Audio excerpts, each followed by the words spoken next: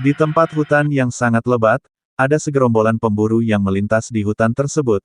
Ternyata itu adalah Raja Malwapati yang bernama lengkap adalah Raja Angling Dharma. Mereka bersama pasukannya berburu binatang buruan seperti kijang, kemudian hewan buruan lainnya, sehingga mereka pun sedikit berpisah dengan sang raja mereka. Sehingga mereka pun berpisah pada waktu itu juga. Kemudian Sang Prabu Angling Dharma melihat dua sosok naga besar yang satu betina dan satu lagi adalah jantan. Hingga Samge Prabu melihat dan mengenal sang betina adalah istri dari sahabatnya sendiri yakni naga pertala yang bernama Naga Bergola. Mereka pun bercinta dan bercumbu rayu, hingga pada saatnya Sang Prabu Angling Dharma pun langsung mengarahkan akan panahnya, yang begitu dahsyat menembus akan ekor dari sang naga betina itu hingga saatnya sang naga betina itu yakni Naga Gini, merasakan kesakitan, karena ia dipanah oleh Sang Prabu Angling Dharma, yang mana ia pun juga memanfaatkan akan momen tersebut, menjadi-jadi, karena ia akan melaporkan ini semua kepada Sang Naga Bergola, hingga pada saatnya Sang Prabu Angling Dharma menjelaskan dengan sejelas-jelasnya ia melihat istri dari sahabatnya itu, selingkuh dengan Sanca, karena sudah kesal ia melaporkannya kepada Sang Naga Bergola, dengan alasannya macam-macam, hingga pada saatnya Sang Naga Gini pun melaporkan itu kepada sang suami, yang mana ia pun langsung membicarakan yang tidak-tidak kepada Samge suami, tentang Angling Dharma. Mendengar yang demikian Sang Naga Bergola pun marah dan akan membalas yang demikian itu. Kemudian Sang Naga Bergola pun pergi ke tempat sang sahabatnya itu Sang Prabu Angling Dharma.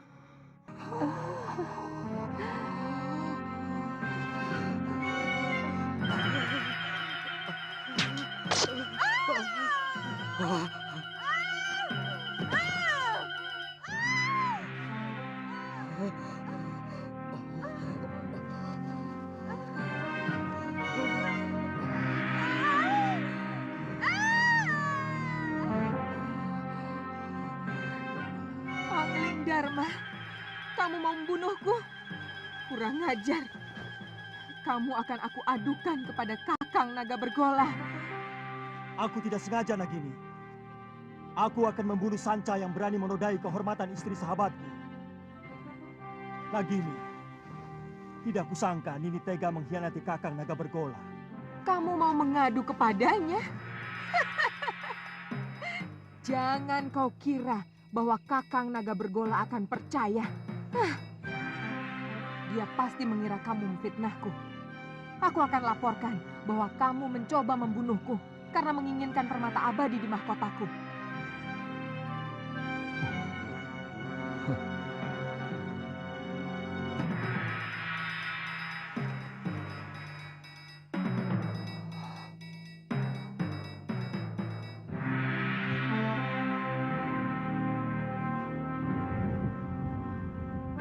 Kakang Naga Bergola. Kakang.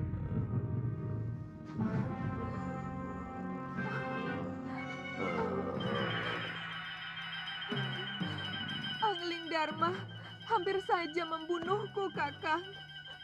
Mungkin dia ingin memiliki mahkotaku yang bisa membuatnya awet muda. Apa mungkin sahabatku sendiri tega melakukan kekejian seperti itu, Nagini? Kakang Bergola, keserakahan manusia bahkan bisa lebih keji dari apa yang Kakang bayangkan. Balaskan sakit hatiku, Kakang Bergola. Bunuh si Angling Dharma untukku, Kakang.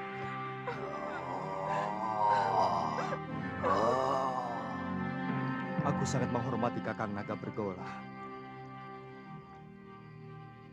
Aku tidak bisa melihat istrinya mengkhianati cintanya yang begitu tulus. Tapi malang, anak panahku mengenai ekor Nagini. Kanda bisa menceritakan yang sebenarnya kepada Kakang Bergola. Sebagai naga resi, dia pasti bisa mengetahui sebuah kebenaran. Aku mengerti, tapi seorang suami bagaimanapun akan lebih baik. Kemudian pada malam harinya Sang Prabu Angling Dharma bercerita kepada sang istrinya Dewi Setiawati, yang mana ia pun menceritakan kepada sang istrinya yang mana sang istri mendengarkan dengan seksama, hingga di luar tembok istana Sang Naga Bergola pun mendengarkannya atas pembicaraan mereka, hingga Sang Naga Bergola pun langsung untuk bersuara kemudian itu mengagetkan Sang Prabu Angling Dharma dan istrinya, karena kan Sang Prabu Angling Darma mendengar suara yang keras di luar tembok istana, hingga akhirnya Sang Prabu Angling Darma keluar tembok istana. Istrinya pun merasakan sedikit khawatirnya karena ia dibawa oleh Sang Maga Bergola. Di luar tembok istana itu, Sang Prabu Angling Darma berbicara dan Sang Naga Bergola pun mendengar semuanya di balik tembok istana Malwapati itu.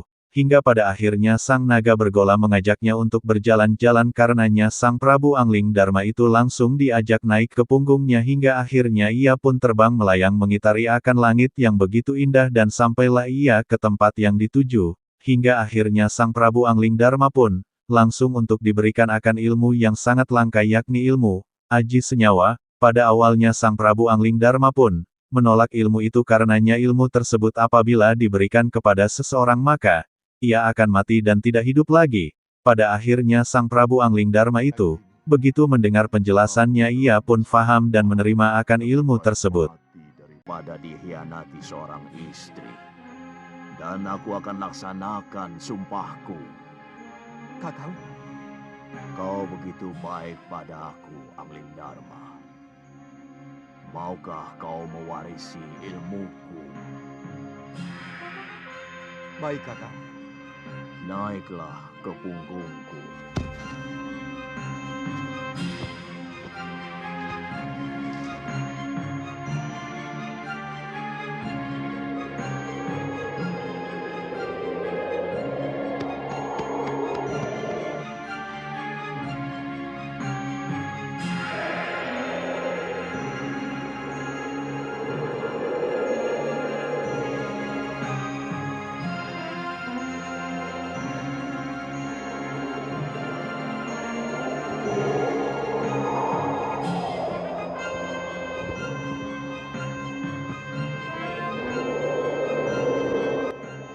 Di kerajaan Malwapati Sang Prabu Angling Darma pun belum kembali. Karenanya Sang Dewi Setiawati pun langsung untuk memanggil sang adik yakni Papati Batik Madrim. Ia pun sangat khawatir, ketika Sang Patih datang Sang Angling Darma muncul dengan gagahnya ia pun bercerita dengan Sang Permaisuri. Sang Prabu Angling Darma menceritakan tentang sahabatnya Naga Bergola itu langsung menemui akan ajalnya hingga pada saatnya Sang Patih Batik Madrim pun langsung untuk disuruh kembali. Hing malam pun tiba Sang Angling Darma bercinta dengan Sang Prabu Angling Darma. Mereka pun bercumbu rayu, dengan kata lain seperti malam Jumat. Sang Angling Darma itu mendengar akan suara cicak yang ada di sana hingga membuat risih Sang Ratu Setiawati. Hingga pada saatnya Sang Prabu Angling Darma pun menjelaskan binatang yang ada di situ membicarakan mereka yang mana Sang Permaisuri pun terkejut. Karenanya Sang Prabu Angling Darma itu menguasai ilmu Aji Senyawa. Hingga pada saatnya Sang Angling Darma pun mengurungkan untuk mengajarinya, karena ia bisa mati karena ia mewariskan akan ilmu tersebut, seperti yang disabdakan Sang Naga Bergola, hingga akhirnya sang istri dari Sang Ratu Setiawati itu membuat suatu yang penuh dengan resiko melakukan pati obong, hingga pada saatnya, patu obong dilakukan pada besok hari karena ia tidak setia dalam hal berbagi. Sebenarnya Sang Prabu tidak mau melakukannya akan tetapi ia menghadapi egonya para wanita seperti istrinya itu.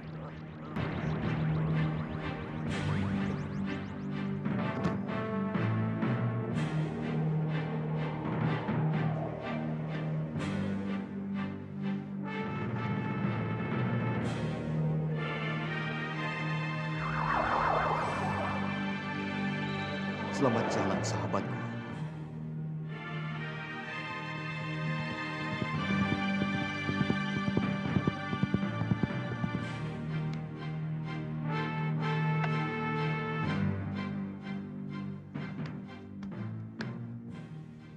Ada apa, Dinda Ratu? Kakang Patih, semalam... Setelah kejadian tersebut, Sang Prabu Angling Darma bersama istrinya, melaksanakan pati obong yang mana mereka berdua berjanji sehidup semati. Untuk melaksanakannya, api dinyalakan, oleh para punggawa kerajaan disaksikan oleh para warga kerajaan Malwapati. Aimana erek mereka pun menyaksikan pimpinan raja mereka itu, melaksanakan pati obong, hingga pada saatnya Sang Prabu Angling Darma mendengar akan suara kambing jantan dan betina berbicara masalah Angling Darma. Mereka pun berselisih faham, dengan cara yang berbeda yang mana sang betina itu akan melakukan pati obong juga, hingga sang jantan pun berpendapat lain. Ternyata Samge Angling Darma mendapatkan petunjuk tersebut, hingga pada saatnya Samge Prabu Angling Dharma pun mengurungkan akan niatnya hingga, sang istri dari Angling Dharma pun terjun ke api yang menyala-nyala, hingga saatnya, sang Angling Dharma pun berpidato di hadapan para masyarakat Malwapati, hingga saatnya Samge Prabu Angling Dharma itu, pun, langsung menyatakan unek-uneknya kepada sang warga Malwapati itu, tidak mementingkan ego, kemudian sang Prabu Angling Dharma berbicara dengan Patih Batik Madrim pada malam harinya, ingin menebus akan dosanya dan berkelana pada keesokan harinya, hingga pada saatnya sang Patih pun mengerti karena terlalu kangen dengan Samge istri ingin melihat akan dunia alam maya pada ini. Lihat, sang Prabu juga sedang bermesraan dengan istrinya. Seharusnya kan memang begitu. Semua istri wajib meladeni suaminya. Aduh, Kakang ini, mbok tahu diri. Aku ini sudah hampir bertelur.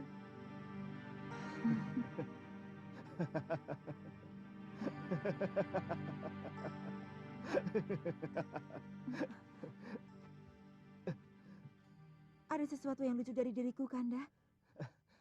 Aku tidak mengetawakan kamu, Dinda. Maaf kalau membuat Dinda tersinggung. Di ruangan ini hanya ada kita berdua, Kanda. Pasti Kanda Prabu sedang mentertawakan hamba. Memang hamba kurang cocok mendampingi Kakanda. Sabar, Dinda. Demi Dewata Agung. Aku sedang mentertawakan Cecak. Cecak? Iya. Yang jantan iri pada kita. Kanda bisa mengerti bahasa binatang. Berarti Kanda memiliki ilmu aji senyawa. Ajarkan ilmu itu pada Dinda, Kanda. Ilmu itu tidak bisa diajarkan kepada siapapun, Dinda. Juga kepada istri Kanda sendiri.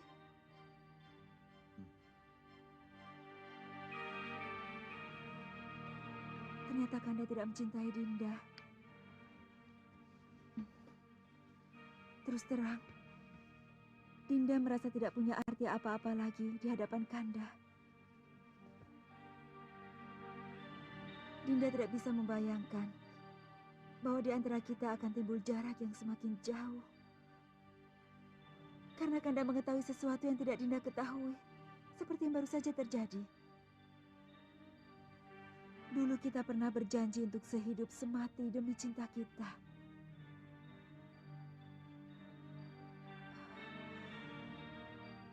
Beranikah Kanda mati bersama Dinda? Kita pati obong bersama.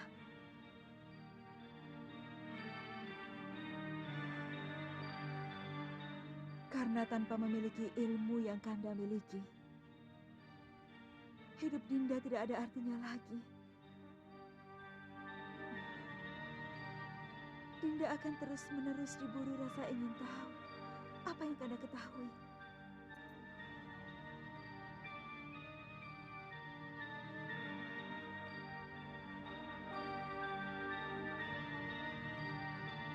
Kalau itu kemauan Dinda.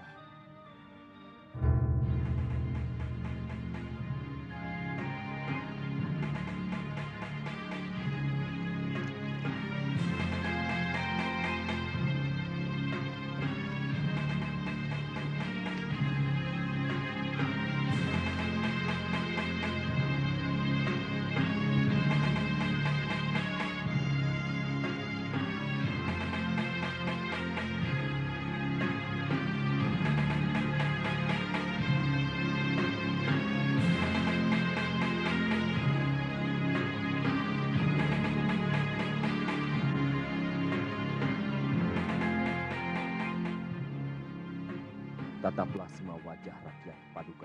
Di sebuah hutan yang bernama Hutan Seribu Bunga, ada seorang tabib yang mana ia bisa menyembuhkan akan orang-orang yang terluka, dan lagi sang tabib tersebut, diperebutkan oleh orang-orang sakti mandraguna, yang mana sang tabib itu yang bernama lengkap adalah Suliwa, hingga pada saatnya sang Suliwa itu, diperingatkan oleh salah satu warga di situ karena ada seorang pendekar yang mendekati tempat tersebut, yang mana itu adalah pendekar 8 lengan yang bernama lengkap adalah Sudomanik. Di sana juga diperlihatkan juga yang bernama sang perempuan, Nila Saroya mendekati tempat itu, yang mana itu juga satu tempat adalah Hutan Seribu Bunga, yang mana ia membawa akan anak buahnya saudara seperguruannya, hingga pada akhirnya, mereka bertemu di tempat Suliwa. Hingga pada saatnya, mereka pun bertarung dengan sengitnya saking sengitnya sampai-sampai tabib sendiri hingga pada saatnya, Sang Nila Saroya pun langsung dikalahkan oleh pendekar 8 lengan itu, yang pada akhirnya, hingga sangat-sangatlah berbahaya dalam hal ini, karena Sudomanik pun menodai akan Sang Nila Saroya.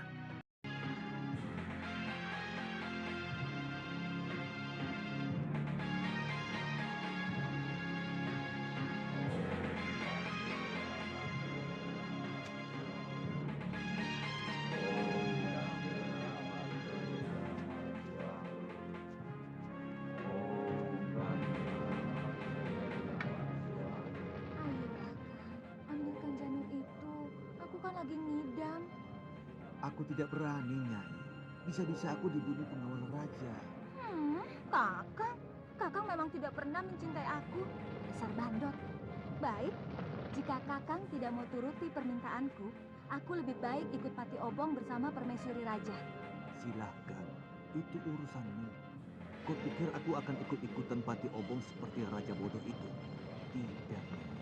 Raja itu hanya mengikuti keinginan pribadinya. Dia tidak mau tahu bagaimana rakyatnya masih sangat membutuhkan ilmu ini. Kalau aku yang jadi raja, aku lebih membela rakyat daripada istri yang sangat mementingkan nafsunya itu.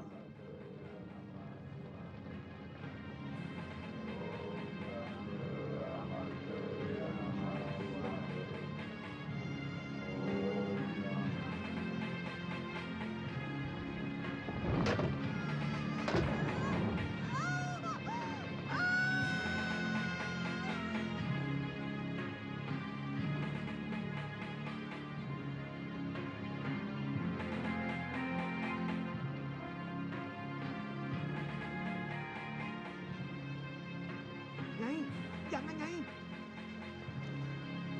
Perempuan-perempuan selalu tidak pernah bisa menggunakan otaknya.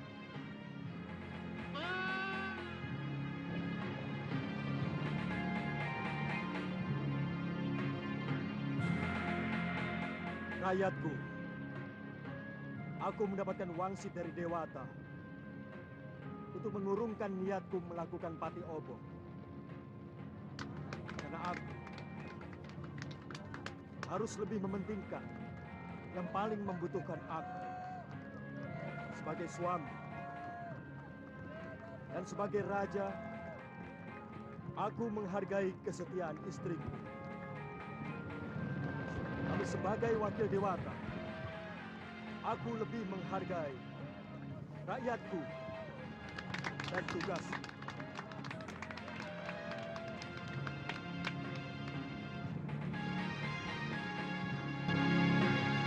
Aku ingin melupakan kepahitan nasibku. Bayangan Dinda Setiawati selalu mengejarku, menuntut kesetiaanku. Sementara aku tidak bisa menuruti kemauannya, yang sangat bertentangan dengan tugasku sebagai raja.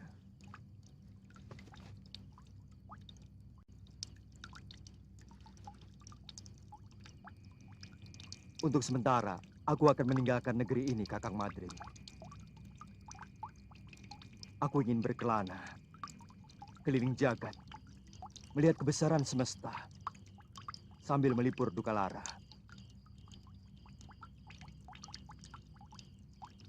Sementara aku pergi, aku titipkan negeri ini kepadamu, Kakang. Aku titip rakyatku.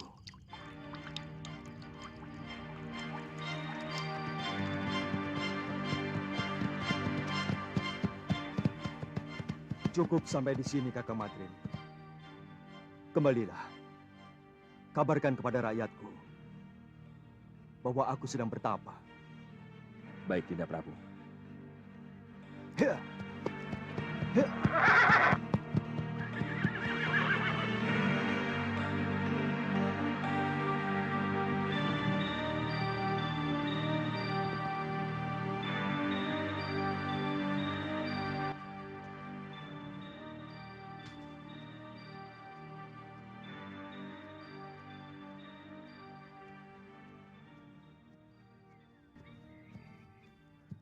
Biasanya kalau matahari sudah tinggi, dia sudah pulang.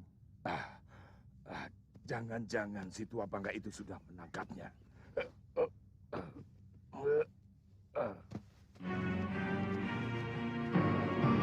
Itu dia.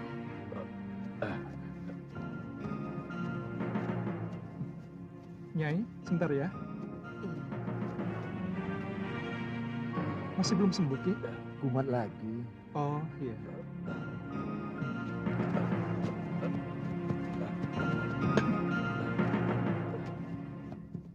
Kenapa lagi, Kakang? Kelihatannya golok yang menggores lenganku mengandung racun, Suliwa. Oh, Kakang belum kapok juga jadi rampok. Suliwa, lebih baik kamu cepat tinggalkan tempat ini. Si tua bangga sudah mani dan teman-temannya mau menculik kamu.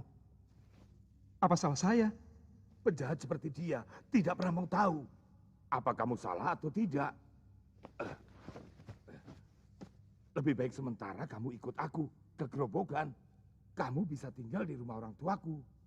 Tapi kasihan kalau nanti ada penduduk yang memerlukan pertolonganku. Goblok. Kasihani dulu dirimu sendiri. Baru kasihan sama orang lain. Nyawamu sedang terancam. Malah mikir orang lain.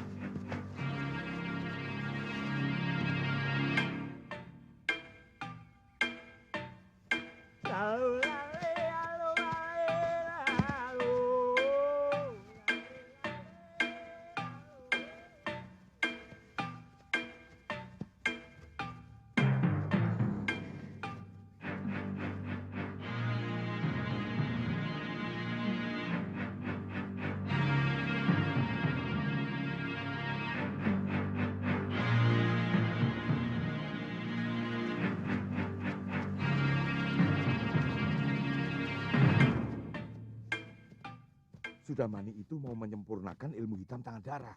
Dia pasti akan memaksa kamu untuk mengumpulkan ramuan racun yang paling berbahaya. Kalau tidak mau? Jangan coba-coba menolak kemauan pendekar kejam yang bergelar Silangan 8. Kamu pasti akan dibunuh. Akhirnya ketemu juga. Itu suara dia. Ayo Liwa, jangan main-main dengan nyawa.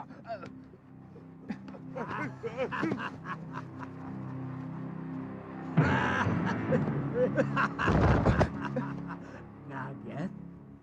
Ayo, siapkan pakaianmu dan segera ikut saya. Jangan takut. Kalau kamu ikut saya, kamu akan aman. Saat ini banyak penjahat yang menginginkan dirimu.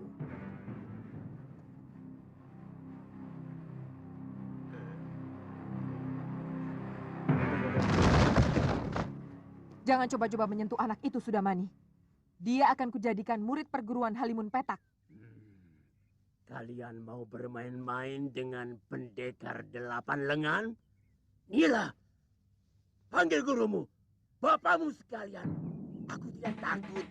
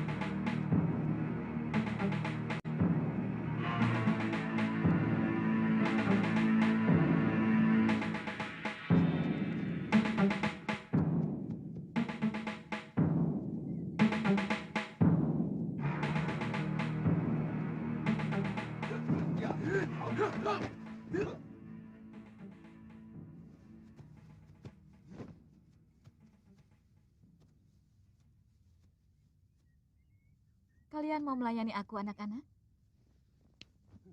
Urungkan niatmu, Kenanga. Kalau kau berani menyentuh Suliwa, akan kusayat-sayat tubuhmu. Kenapa? Cemburu, anak-anak manis? Suliwa satu-satunya tabib yang ada di sekitar Gunung Kendeng. Jangan kamu jadikan korban. Pokoknya, kamu harus menghadapi kami kalau berani masuk ke hutan 1000 bunga. Aku tidak pernah membiarkan siapapun yang berani ikut campur urusanku.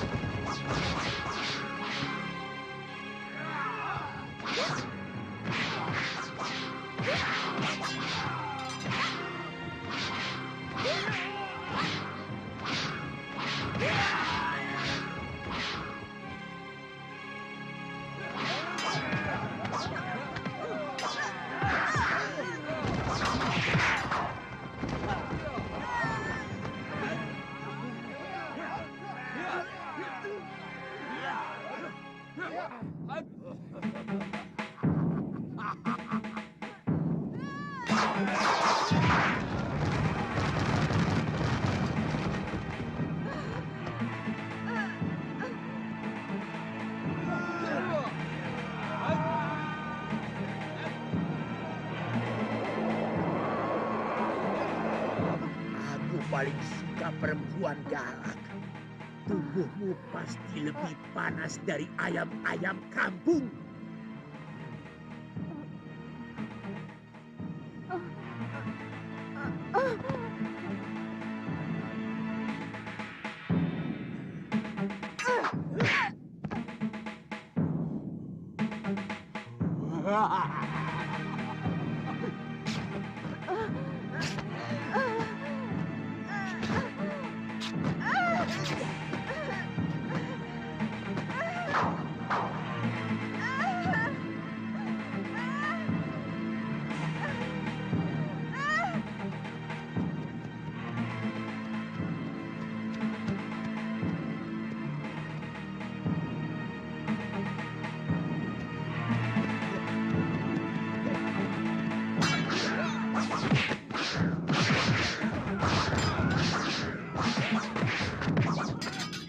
Di tempat yang berbeda Suliwa dihadang oleh Pak Tua yang mana Pak Tua itu menawarkan diri untuk menjadi muridnya, yang mana di sana juga ada seorang wanita dan beberapa pendekar lainnya, hingga pada saatnya mereka pun bertarung habis-habisan akhirnya mereka pun langsung bertarung habis-habisan, dan pada akhirnya, mereka pun langsung untuk baku hantam, dan Suliwa pun melihat dari jauh, hingga pada saat Mia karena Suliwa pun belum bisa untuk bertarung, karena tiada yang mengajarinya.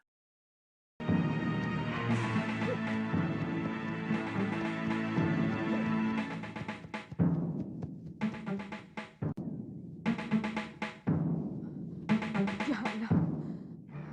Aku harus tetap hidup. Aku harus hidup untuk membalas perlakuan Sudamani.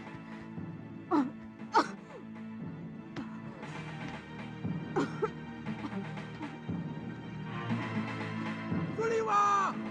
Suliwa! Gara-gara kamu, tabib Buddha itu lari. Suliwa!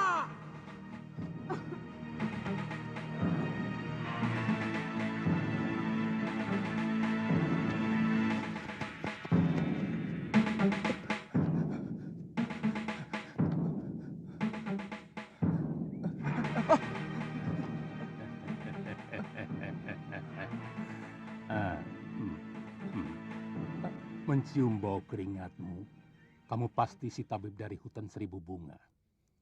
Kebetulan, tidak usah takut pada paman. Aku akan menyelamatkanmu dari orang-orang jahat yang mau menangkapmu.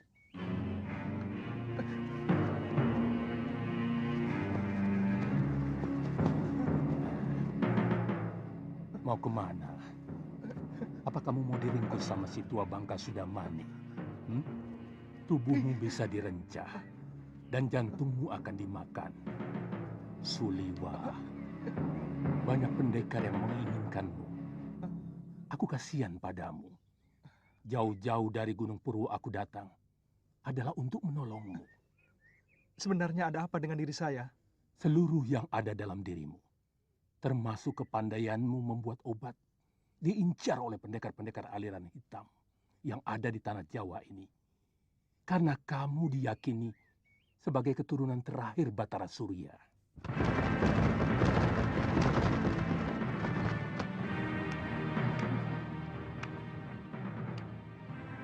Mau dibawa kemana kekasih saya, Genji?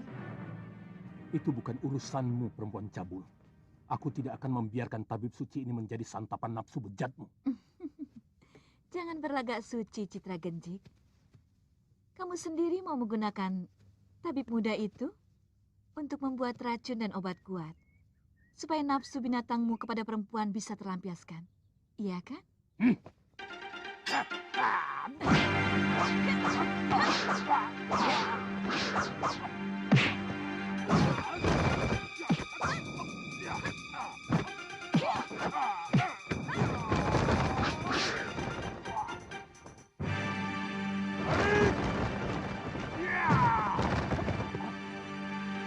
Ayo.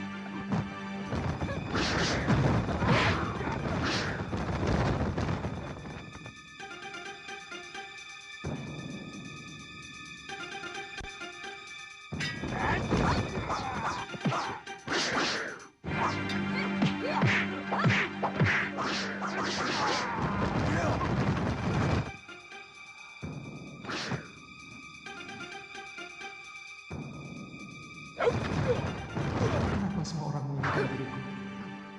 Dan semuanya orang-orang jahat.